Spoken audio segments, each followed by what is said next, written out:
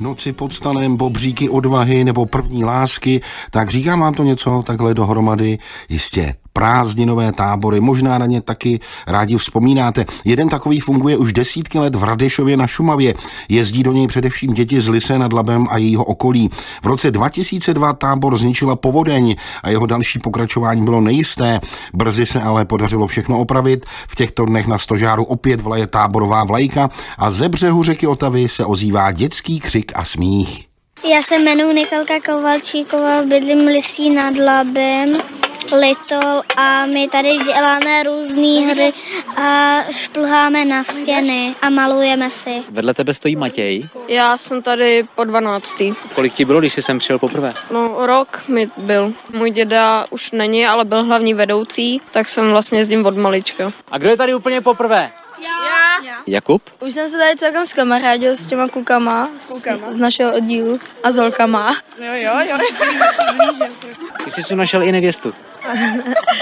Tak trochu. To se neříká. Tak proč ne? No, asi tak. Valerie mi popíše program v táboře. Ráno se zbudíme, se zvolní budíček, jdeme na rozcvičku, potom si Kolik vstáváte? Kolik Tak 8:30, ne? Ne, v 8. Tak v 8 a potom si vyčistíme hygiena. Zuby. No, potom je snídaně, A co dál potom? nástup, výlet, potom oběd, výlet a večeře. A co děláte večer? To je různý program. Přijel jsem přímo po obědě. Dneska byla úžasná omáčka. Rajská se skořicí. Vy už tady myjete nádobí. Ano. Jo? Ano. Jak to jde? Dobře. Jo. Myjete nádobí také doma? Ne. Já Jo? spíš myčku.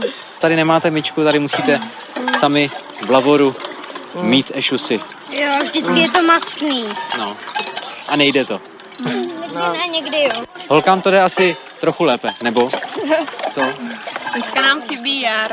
Všechny na povel tady má vedoucí Amos. Máme 93 dětí, posledních pár let, vlastně rok od roku, to má vzrůstající tendenci, takže kdyby byla kapacita tábora 150, tak je stejně zaplněný. Jaké to je ukočírovat takový dav?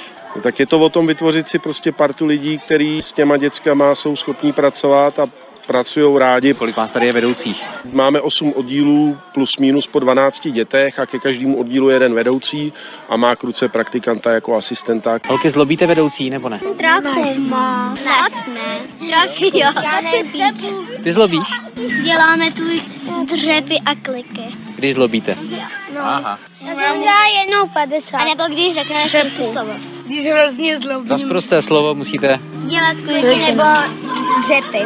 Tak ukažte svaly. Kolik už jste udělali těch kliků? No, tak to se přesně pozná, kdo nejvíc mluví sprostě. Kluci asi víc, co?